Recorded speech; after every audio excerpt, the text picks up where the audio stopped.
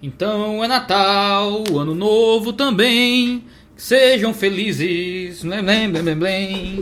O crente pode comemorar o Natal? Você sabe qual é a história do Natal? De onde é que veio essa ideia de Papai Noel? No vídeo de hoje a gente quer lidar com uma das polêmicas mais antigas a respeito das festas do cristianismo e das coisas que a gente pode ou não praticar culturalmente. O Natal é considerado uma festa cristã por muita gente, mas existem grupos que acreditam que o Natal não deve ser comemorado porque é uma festa pagã que afasta os homens de Deus, em que você adora falsos deuses sem saber. Será que isso faz sentido? Será que isso é verdade? De onde veio realmente o Natal? Então fica aí que o 2 Dedos de Teologia de hoje quer presentear você.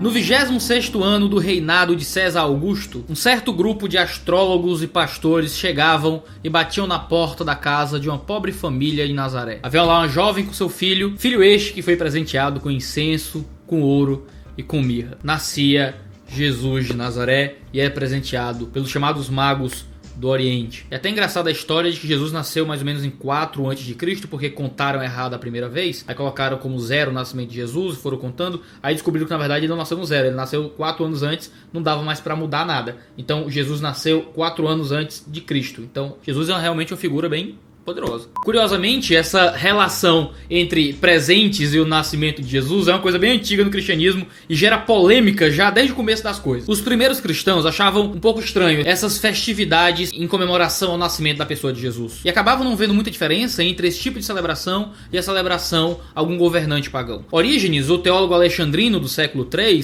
reclamava e era contra esse tipo de comemoração ao nascimento de Jesus, como se ele fosse algum tipo de rei faraó. Sempre houve um relacionamento esquisito no começo do cristianismo entre a cultura e as manifestações de fé cristã. Mas como foi que o Natal realmente começou da forma como a gente entende hoje? Bem, o mundo romano tinha algumas festividades que começavam perto do final do ano, como a festa da Saturnália, durante 5 dias a partir de 17 de dezembro, onde se homenageava Saturno, a antiga divindade do trabalho. Nessa festa, todo o trabalho, com exceção da preparação de alimentos, era realmente proibida. E era uma festa muito doida, certo? O mundo ficava de ponta cabeça por um tempo. Senhores e escravos trocavam de posição, era eleito um senhor da desordem, era obrigatório diversão, banquetes, tréguas nas brigas. As casas eram decoradas com velas e folhagens, as pessoas trocavam presentes, as crianças ganhavam bonequinhos. Depois disso, vinha o solstício de inverno com a Brumália. E depois de 286 d.C., começou a festa do Sol Indômito, que era um dia para inspirar o patriotismo e bons pensamentos a respeito do imperador. E isso levava então a outra festa, que eram as Calenas de Janeiro, que celebrava o início do ano novo. O pagão Libânio de Antioquia, que viveu no século IV, descreve esse período como se estivesse falando do Natal moderno. Ele diz o seguinte, que a festa das Calendas é celebrada por toda parte dentro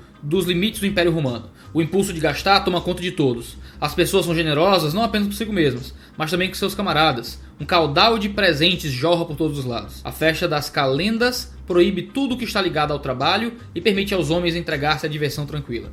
Outra grande qualidade da festa é que ela ensina os homens a não se apegarem demais ao dinheiro, mas a se separar dele e deixar que ele passe para outras mãos. Isso é citado por Clement Miles no livro Christmas Customs and Traditions. Foi então que as mudanças políticas do século IV começaram a abrir as portas para o cristianismo naquele tempo. Primeiro como uma religião meramente tolerada, depois como uma religião oficial do Império Romano. E foi isso que acabou levando à prática cultural da comemoração do Natal e à escolha do dia 25 de dezembro como período para isso, em relação com as comemorações pagãs que existiam anteriormente e com a data dessas comemorações pagãs. O São Máximo de Turim enfrentou a argumentação anticelebratória de Orígenes nas seguintes palavras, no seu sermão 60. Vocês sabem perfeitamente que há muita alegria e congregação quando o aniversário do imperador desse mundo está sendo comemorado, que os seus generais, príncipes e soldados, envergando roupas de seda e usando cintos preciosos, trabalhados com ouro reluzente, tentam se apresentar ao rei de um modo mais brilhante que o comum. Se, portanto, irmãos, os deste mundo celebram com tantos gastos o aniversário de um rei terreno em nome da glória e da honra presente, devemos celebrar com muita solicitude o aniversário de nosso rei eterno, Jesus Cristo. Em retribuição à nossa dedicação, ele nos concederá não a glória temporal, mas sim a glória eterna. E nisso, o cristianismo começou a expurgar do Império Romano muitas das festas pagãs que existiam antes e começou a criar festas cristãs em substituição a estas festas de origem profundamente pagã. Mas claro que isso não aconteceu de forma totalmente limpa e tranquila. Aqueles que não eram realmente cristãos dentro da cultura romana começaram a tentar ainda apreciar certos elementos de suas festas antigas dentro das novas festas cristãs, como no Natal e na Epifania, onde eles ainda colocavam certos elementos da Saturnália e das calendas dentro dessas festividades. E apesar de muitas exortações cristãs ao contrário, muitos cidadãos usavam essas práticas ainda dentro das festividades cristãs. Em janeiro do ano 400, o bispo Astero de Amazéia fez um sermão que criticava os cristãos pelo fato, olha só, de entregarem presentes no Natal. Ele faz isso na homilia 4, chamada Contra as Festas das Calendas. Ele diz: mas que coisa absurda. As pessoas vêm chegando boquiabertas, esperando receber alguma coisa uma das outras. Os que deram estão abatidos, pois passaram no adiante para outros. E aquele que recebeu de um inferior o dá a um superior. O dinheiro dessa festa é tão instável quanto a bola num jogo de crianças, pois rapidamente passa de mim para o meu vizinho. Isso não é nada mais que uma forma de suborno e servilismo, a qual se liga inevitavelmente o elemento da obrigação, pois o homem mais eminente e respeitável envergonha seu semelhante, forçando-o a presentear. As pessoas de origem humilde pedem abertamente, e tudo isso leva por etapas aos bolsos dos homens mais ilustres. A festa ensina até mesmo as crianças bem pequenas, ingênuas e simples, a serem gananciosas, e acostuma-as a irem de casa em casa e a oferecerem novos presentes, frutas com coberturas prateadas, em troca dos quais elas recebem o dobro do valor. E assim começam a se imprimir na mente tenra dos jovens o que é comercial e sórdido. E esse foi um lamento muito frequente dos homens da igreja durante 2 séculos seguintes. E por mais que algumas práticas um pouco mais absurdas acabassem sendo dirimidas e sumindo, como a prática de se andar desfilando nas ruas com pele de animais, a troca de presentes continuou por muito tempo nesse processo. E assim, durante toda a Idade Média, a prática de troca de presentes esteve presente durante todo o tempo do Natal. E lembre que o Natal ele não era simplesmente um dia, o Natal ele era também uma época para a história da igreja. Isso afetou até mesmo as relações feudais, onde a troca de presentes, que acabavam subindo e descendo dentro das relações sociais, se fazia ainda muito presente e consolidava certas relações dentro do próprio feudalismo. Os cortesãos davam presentes aos reis para demonstrar sua fidelidade. Os papas e os reis demonstravam seu amor um ao outro, seu servilismo e fidelidade um ao outro através disso. O escritor Samuel Massey, no livro Patriarchs of Time, fala que houve um italiano em visita à Inglaterra no final dos anos 400 que escreveu: os subalternos os mandavam para seus superiores, e os personagens nobres davam presentes magníficos ao rei, e para satisfazer a sua generosidade, voltavam liberalmente a lhe conceder alguma coisa. Dizem até as mais línguas que a rainha Elizabeth I registrava o valor de cada presente recebido nominalmente. E muitos desses presentes chegavam a ser realmente dinheiro vivo. Na escala social superior, esses presentes podiam acabar sendo um título de cavaleiro ou adentrada em alguma ordem especial. Às vezes até mesmo uma propriedade rural. É então que a gente chega no começo do século XII. Lá pelo ano de 1100 d.C., o São Nicolau era o santo mais poderoso do calendário da igreja, talvez rivalizando unicamente com Maria, a mãe de Jesus. A lenda diz que ele morava na cidade de Mira, na costa da atual Turquia, no início do século IV. E supostamente, porque não se sabe bem ao certo, morreu em 6 de dezembro de 343. Com a morte de São Nicolau, muitas histórias começaram a crescer em torno do nome dele, de que ele era um presenteador, de que ele era um milagreiro. Conta-se uma história de que um pai que não conseguia pagar o dote das filhas e acabar legando elas à escravidão ou à prostituição, São Nicolau conseguiu, às vezes em uma noite, jogar 3 sacos de ouro por cima do muro para casa do pai que não teria como pagar o dote das filhas. A fama de São Nicolau, como a gente falou no começo do século XII, começou a crescer quando, no fim do século XI, roubaram, sequestraram os restos mortais, as relíquias corpóreas ali de São Nicolau. Os restos mortais de santos da igreja eram um item muito precioso para o catolicismo, porque trazia a ideia de que poderia realizar milagres. Isso é muito bem documentado na história da igreja, você já ouviu sobre isso? Quando roubam corpo, restos mortais de São Nicolau, isso colabora para o crescimento da fé em torno de São Nicolau e das histórias dele como um presenteador e como alguém que realizava muitos milagres, e começou com o tempo a criar uma associação entre São Nicolau como um santo milagreiro e muito generoso, que entregava presentes para as crianças e coisas assim, e a própria prática de trocas de presentes nesse período natalício. Foi a partir do século XII que houve uma verdadeira revolução na forma de conceder presentes, As crianças deveriam ir pedir presente de casa em casa para conseguir algum presente na época do Natal, e agora freiras devotas a São Nicolau começavam a deixar presentes de forma secreta a crianças pobres e atribuíam ao próprio São Nicolau esse tipo de ação. Essa prática começou a ficar famosa por toda a Europa Ocidental e Central. Isso se tornou tão popular que se criaram mercados de São Nicolau, onde os presentes poderiam ser ser adquiridos especialmente ali. Interessante que com a reforma, com o movimento protestante, a prática de comemorar o Natal e lembrar de São Nicolau nesse processo foi descontinuada em algum nível. Por causa do culto aos santos medievais, os cristãos não queriam se relacionar com a prática de culto a São Nicolau. E é interessante que em muitos países católicos esse presenteador místico deixou de ser São Nicolau e passou a ser o próprio Menino Jesus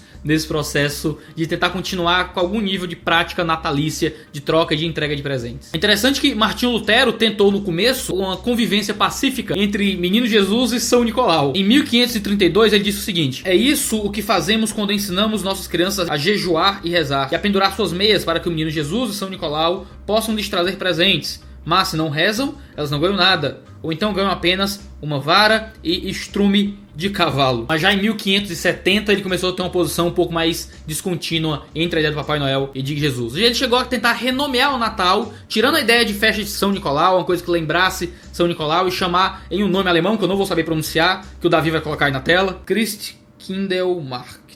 Algo como Christkindlmarkt, eu acho que deve ser assim. E desde esse período da Reforma Protestante há esse debate tão sério dentro da igreja evangélica se crente pode ou não comemorar realmente o Natal, se a gente pode abraçar essa prática como uma prática correta e cristã. Não é uma festa que já foi abandonada, que já é anticristã, que já é ímpia de alguma forma. Agora que a gente já olhou para a história do Natal, a gente já viu de onde é que veio, como veio, por que veio, como essa história se relacionou com o Papai Noel. Eu acho que a gente pode também conversar agora sobre como a gente se relaciona com essa festa. Eu tenho 5 coisas para falar a respeito da gente comemorar o Natal. Primeiro, o Natal ele é um elemento bíblico, certo? Jesus nasceu, e Jesus ter nascido não é uma história pagã, não é uma questão meramente cultural, é bíblico, é teológico, tá na palavra de Deus. Jesus nasceu, e é correto, não é errado que se comemore um elemento que provém diretamente do cristianismo. O nascimento de Jesus é algo realmente a ser comemorado, não seria errado nós escolhermos comemorar o nascimento do Messias. Em segundo lugar, dependente diretamente desse, é que isso é dar poder e dar atenção à grandeza da encarnação de Cristo. A encarnação é um elemento escriturístico, uma verdade da palavra de Deus,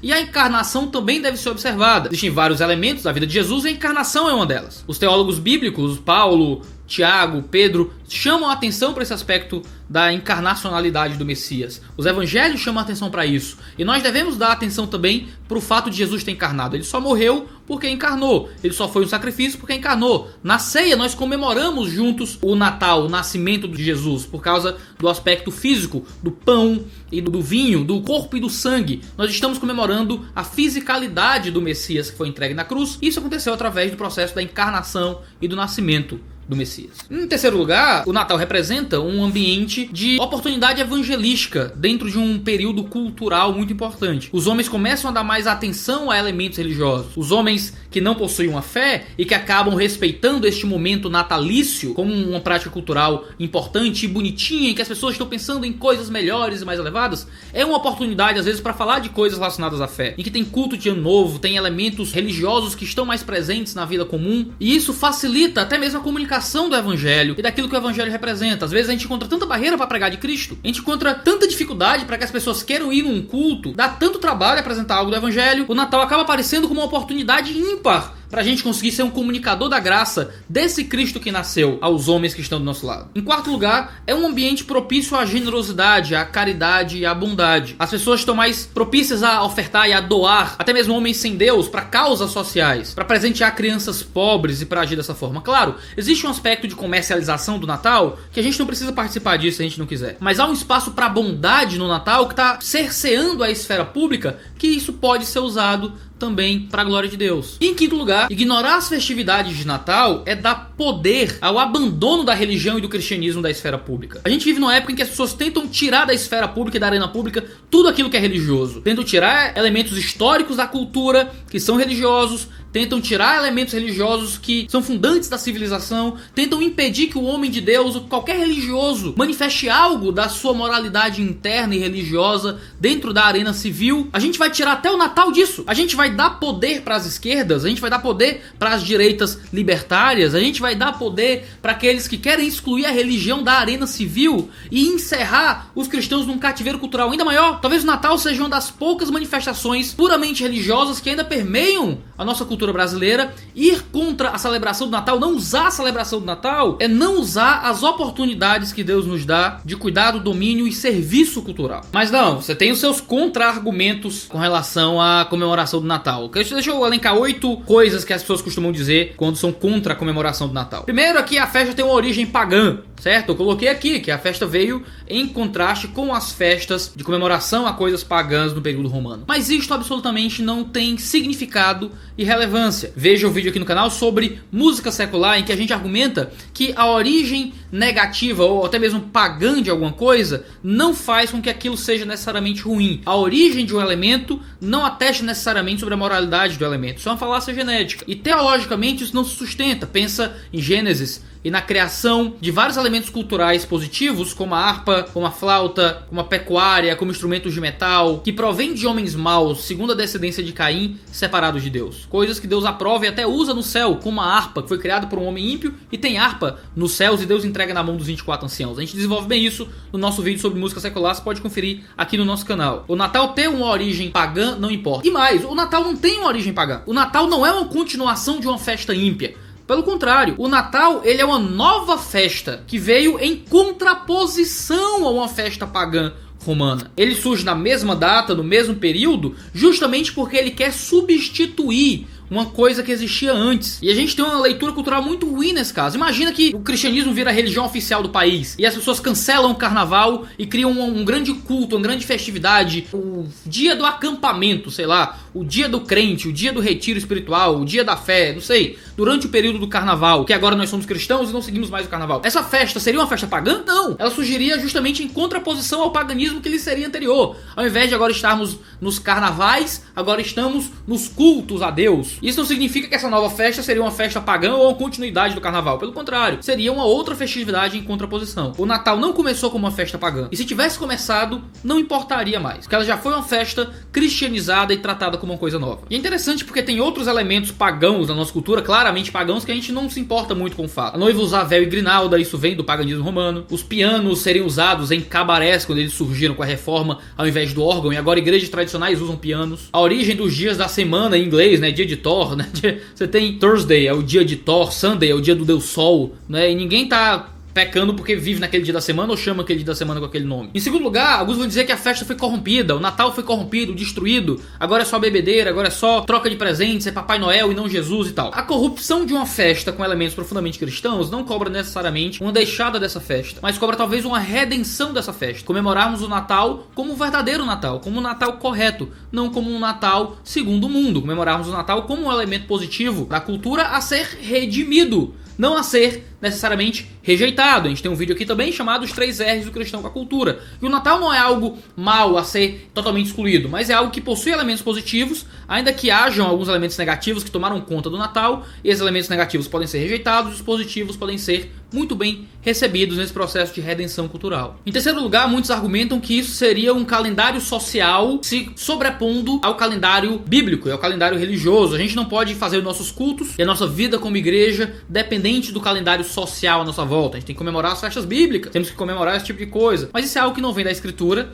Não existe um calendário bíblico a respeito de atuações da igreja. Comemorar as festas bíblicas é coisa para judeus, certo? A gente não tem festas como os judeus possuíam. Isso é um problema de continuidade e descontinuidade entre as alianças, claramente. E não existe problema nenhum em um calendário social afetar o nosso calendário religioso, se nós usarmos isso com sabedoria e inteligência. A gente está no mundo, a gente não foi excluído do mundo, a gente está no mundo social comum. Em quarto lugar, vão dizer que mas a Bíblia não manda comemorar o Natal. Então a gente tem que fazer só o que a Bíblia manda, princípio regulador do culto, só o que a Bíblia diz. Mas isso também não faz muito sentido. A gente tem a Bíblia falando sobre Natal, sobre o nascimento de Jesus. Comemorar o nascimento de Jesus em uma data especial não é adicionar elementos ao culto, é simplesmente escolher um dia culturalmente propício dentro da nossa cultura para chamar atenção para um aspecto específico, porque é um ponto da teologia que está sendo muito comentado naquele período. A gente deveria dar graças a Deus a isso, não rejeitar isso. Em quinto lugar, dizem que a Bíblia dá mais atenção para a morte que para o nascimento de Jesus. Então, esse negócio de comemorar o nascimento não faz sentido, tem que comemorar a morte. Mas não é porque a Bíblia chama mais atenção para um elemento que ela ignora o outro elemento. Não é porque a Bíblia chama mais atenção para a morte, porque a morte foi um instrumento para a nossa redenção, que os outros elementos da vida de Jesus não são importantes. Por exemplo, a santidade de Jesus é um elemento muito importante, que está orbitando ali até em torno ao sacrifício dele na cruz. A gente pode comemorar a santificação e a santidade de Jesus? Claro que pode. Os ensinos de Jesus são importantes, não são a morte, são o ensino. E a gente chama atenção para isso. O nascimento de Jesus é importante. Ele só morreu porque nasceu. A doutrina da encarnação é importante. Comemorá-lo não é um problema teológico, ainda que haja mais atenção para a Páscoa do que para o Natal na Escritura. É por isso que a gente também comemora a Páscoa. Em sexto lugar, eu ouço muito isso. Iago, mas no Natal o pessoal só come, bebe, enche a cara e fica bebendo coisa, soltando fogos, é uma festa dançante em que as pessoas estão indo contra Deus, fazendo coisas erradas. Como é que o cristão pode participar desse tipo de coisa? E volta para a mesma questão. As pessoas podem fazer isso com qualquer festa e corromper qualquer festividade, por mais religiosa que seja. Tem igrejas que bebem e brigam e dançam dentro do culto, tem boate gospel. As pessoas corrompem o culto, a gente não deixa de cultuar. As pessoas corrompem o Natal, a gente não precisa deixar de comemorar o Natal por isso. Em sétimo lugar, Iago, Natal é todo dia. Comemorar o Natal é coisa para todos os dias. Óbvio, tudo bem, mas existir um dia especial para comemoração disso não ignora o fato. Não é porque você comemora aniversário de casamento que você não gosta do seu casamento ou não comemora seu casamento todo dia. Não é porque tem aniversário da sua filha uma vez por ano que você não ama a sua filha todos os dias. Não é porque em uma data específica a gente comemora o Natal que a gente deixa de comemorar o Natal todos os dias por causa do nascimento do menino Jesus. Em oitavo lugar, Iago, mas Jesus não nasceu no dia 25, não é? Claro que não, mas as festas romanas que existiam em contraposição àquilo que o Natal se propôs ser, aconteciam em dezembro. E a data de 25 de dezembro acabou sendo escolhida arbitrariamente por causa dessa contraposição com esse período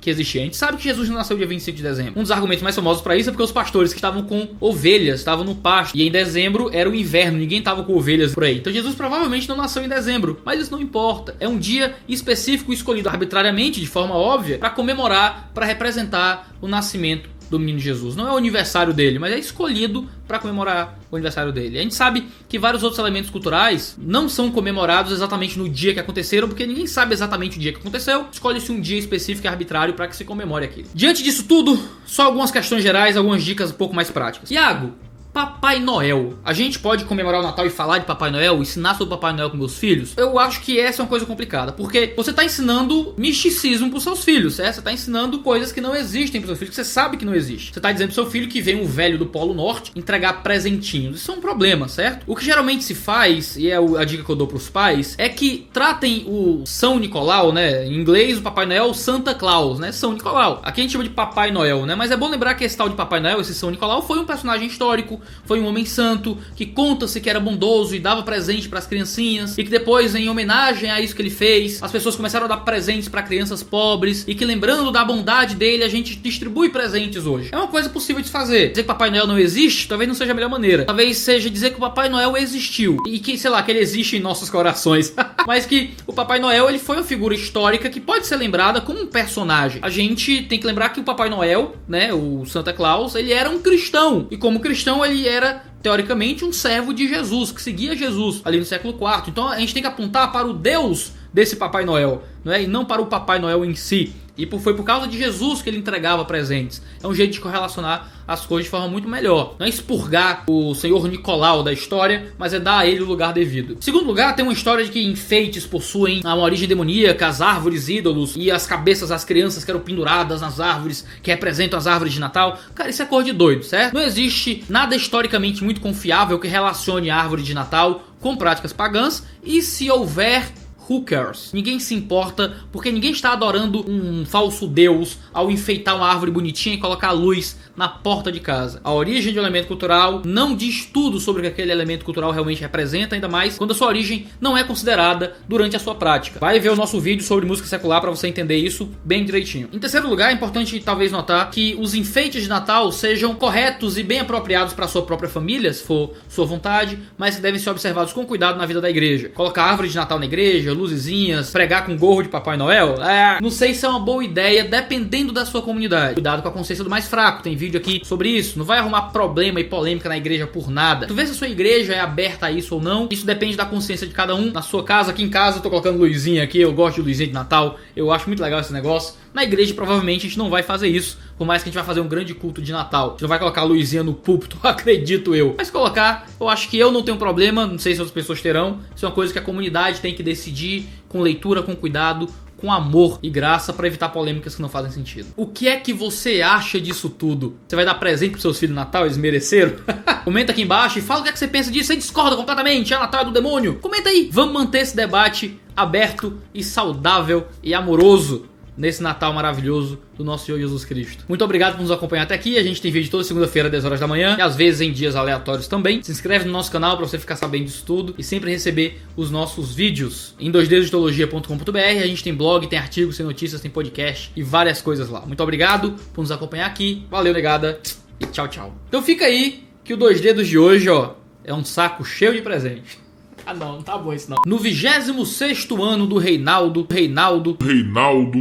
ó. Filho este que foi presenteado com incenso. No 26º ano do reinado